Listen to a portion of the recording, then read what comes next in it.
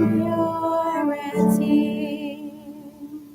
Holy, holy, holy, Lord God Almighty.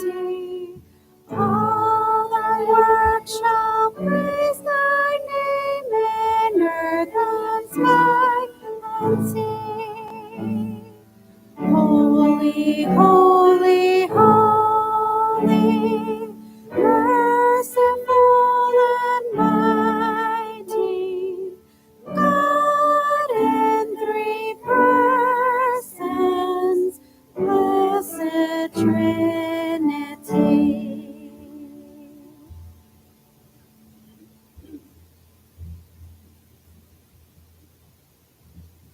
Amen.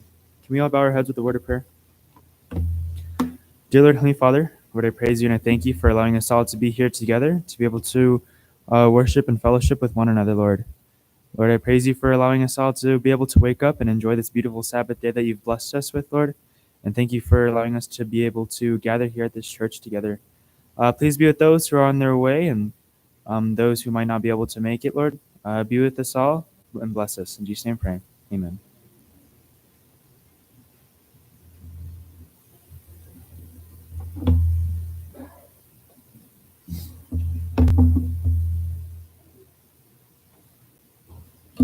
All right, so good morning, church. Happy Sabbath. This morning, we're going to be continuing our studies of the miracles of Jesus with the miracle of the withered fig tree. So if you wouldn't mind, can you please turn with me to Mark chapter 11, and we're going to read verses 12 through 26. Again, that's Mark chapter 11, verses 12 through 26.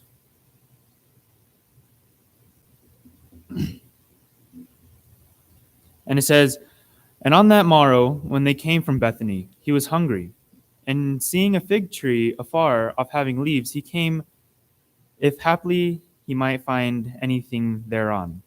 And when he came to it, he found nothing but leaves, for the time of the figs was not yet. And Jesus answered and said unto it, No man eat fruit of the hereafter forever. And his disciples heard it. And they came to Jerusalem, and Jesus went into the temple and began to cast out them that sold and bought in the temple, and overthrew the tables and of the money changers and the seats of them that sold doves, and would not suffer that any man should carry any vessel through the temple. And he taught, saying unto them, Is it not written, My house shall be called of all nations the house of prayer? But ye have made it a den of thieves. And the scribes and chief priests heard it and sought that they might destroy him, for they feared him, because all the people was astonished at his doctrine. And when they come, he went out of the city. And in the morning, as they passed by, they saw the fig tree dried up from the roots. And Peter, calling out to remembrance, saith unto him, Master, behold, the fig tree which thou cursed is withered away. And Jesus answered, saith unto them, Have faith in God. For verily I say unto you, that whosoever shall say unto this mountain, Be thou removed, and thou be cast into the sea, and shall no doubt in his fear, but shall believe that those things which he saith shall come to pass, he shall have whatsoever he saith. Therefore I say unto you, what things soever ye desire, when ye pray, believe that ye shall receive them, and ye shall have them." So, reading these couple verses kind of entails two stories. There's a story of the fig tree, and there's a story of Jesus overturning the tables. Now, I know the story of the fig tree, and I know the story of Jesus overturning the tables in the temple, but I never really read them together. I guess I was kind of just told the stories, and I learned from what I was told, but I never really went to the verses and read it as a whole, as a continuous story. And something to find out that if you read it continually, you find out that the withered fig tree and the story of Jesus overturning the tables kind of has a similar meaning. So being able to read the verses of Mark chapter 11, verses 12 through 26 really allows the whole story to be uncovered.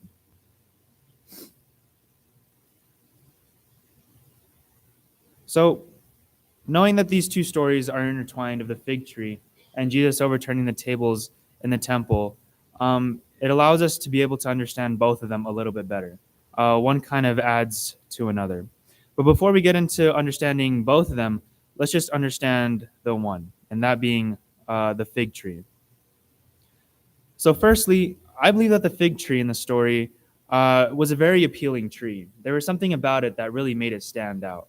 Because if you think about it in the verses, it says that Jesus saw this tree from afar and he was attracted to it. So there was something about this tree that made it stand out. I don't know if it was that it was a healthy looking tree, if it was maybe the only tree for miles, or maybe it just had really, really nice looking leaves, because the verse also highlights the leaves of the tree as well. So for Jesus to be attracted to this tree from afar and that he's drawn to it from afar kind of proves that there was something about this tree that stood out from the rest. So to the common eye, if we go up to a healthy looking tree and we know that it's a fruit bearing tree, we see healthy leaves, healthy root system, no signs of disease, nothing like that, then we can assume that a healthy looking fig tree might bear healthy looking fruit. Well, in this case, Jesus also thought so, the same. He thought that, well, this fig tree, it looks appealing, so I'm going to go to it. I'm hungry this morning and I want something to eat. So he goes up to this healthy looking fig tree and he wants to find figs, but he finds nothing. So even though we tend to put common expectations on things like if we see a healthy looking tree, then we can expect to see healthy looking fruit. Well, that's not always the case, because obviously in this story, nature doesn't always follow our man made expectations. So, with understandable disappointment, Jesus looks at the tree without any fruit and he's disappointed. He's hungry, looking for fruit. He goes to a tree that, by the looks of it, has no reason not to be bearing fruit. But because it doesn't bear fruit, Jesus looks at it and he curses it. He says, "No men eat fruit of thee hereafter forever." So the story of the fig tree then takes a brief intercession, and it goes on to telling the story of Jesus overturning the tables in the temple. So Jesus then goes from the disappointment of the fig tree into his father's house for prayer. And when Jesus enters the temple, he's kind of outraged. He's mad. Obviously, physically, he's angry. He outlashes against the people. He says he goes into the temple and expects to be greeted by a reverent atmosphere, but instead he's greeted by a selfish, greedy, and sinful presence. He sees these people who are selling these animals to sacrifice for God to cleanse their sins, when in turn, the actual act of them selling these things in the temple, where it's supposed to be a house of prayer, is in fact causing sin. So instead of them trying to solve their sins by selling animals to offer for sacrifices, they're just spreading more sin to the common man, especially the religious leaders at the time. So Jesus is outright furious. He sees this den of thieves happening in his father's house, and he says, "Is it not written, my house will be called of all nations a house of prayer? But you have made it a den of thieves." So Jesus then he flips tables over and he scatters the money tables everywhere, and he kind of he yells at these people and tells them this is not the place for this to be happening. So taking a step back from this whole story, we kind of look at the type of day that Jesus is having. And obviously it's kind of a disappointing day. He first wakes up, he's hungry, he wants to have something to eat for breakfast, and he goes up to a fig tree, but there's nothing there. A fig tree is barren. So he then goes into his father's house looking for spiritual food, for prayer. And he doesn't find that there. Instead, he finds money changers and thieves. So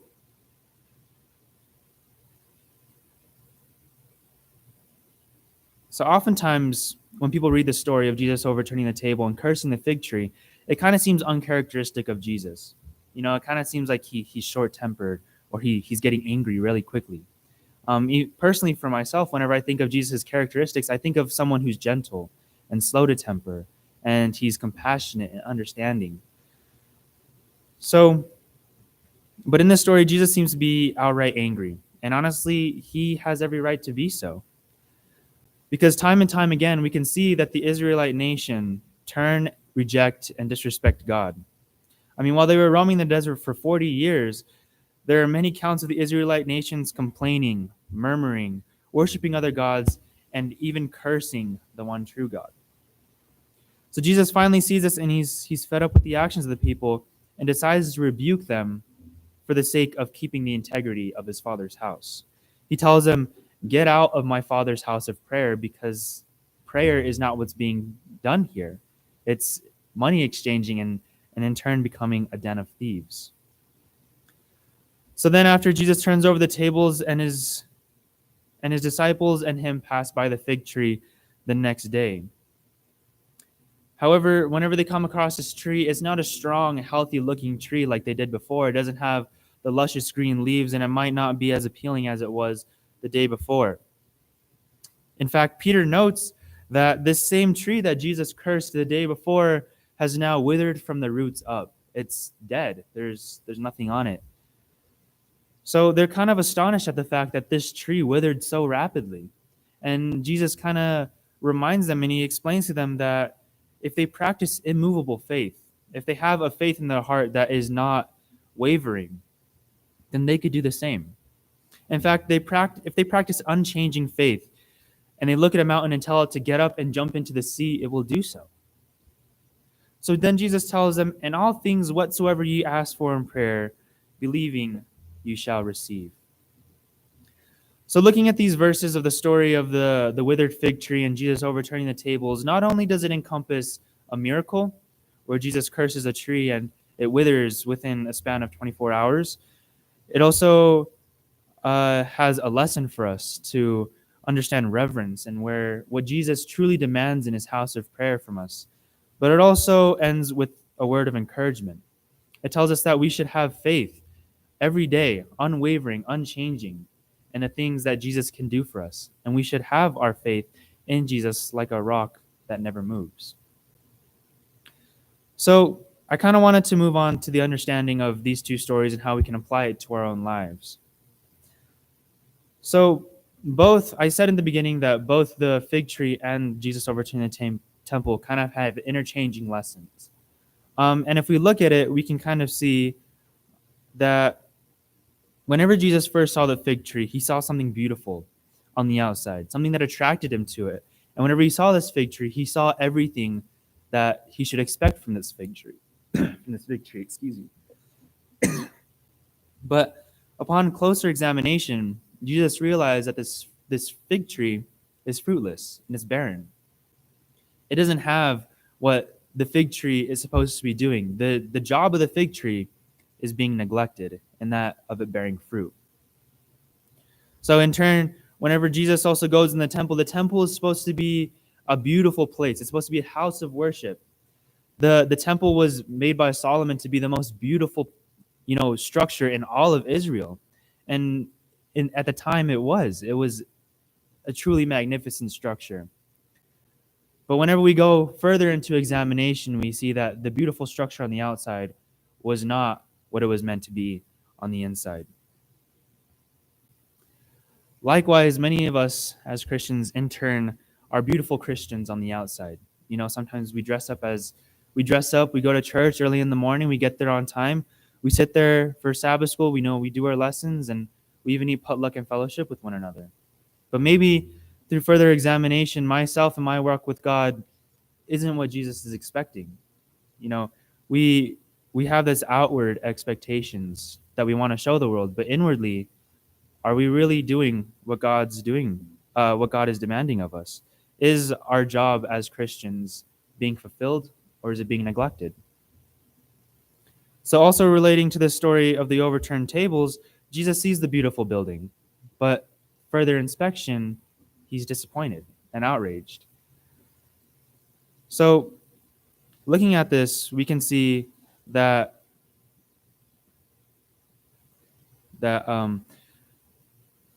outwardly, we can be something that inwardly we're not. Some might say religiously, it might be like dressing up a wolf like in sheep's clothing. So, how many times do we dress up ourselves like sheep, but internally we're everything but so? Sometimes we have to take a honest, hard examination at our own lives and really tell ourselves where we are, where our strengths and where our weaknesses are, and kneel down in prayer and find where we're struggling and have that immovable faith that God will be with us every step of the way, picking us up from those weaknesses that we're struggling for every day. Because, well, to face facts, we're all human and we all struggle with faith, with sin. So I encourage us to go out from this day and examine our walks with God and make sure that we're not sheep dressed in, or not wolves dressed in sheep's clothing, but in fact that we're true, genuine Christians, fruit bearing fig trees, and temples that are truly houses of prayer that Jesus would love to abide in. So, the last thing that I would want to say to close up this personal growth is whenever we have our walk with God, we have to make sure that we're fruit bearing trees that Jesus finds satisfaction in, and that we're holy temples that Jesus would love to abide in. So, with that, we're going to go ahead and break for our Sabbath school.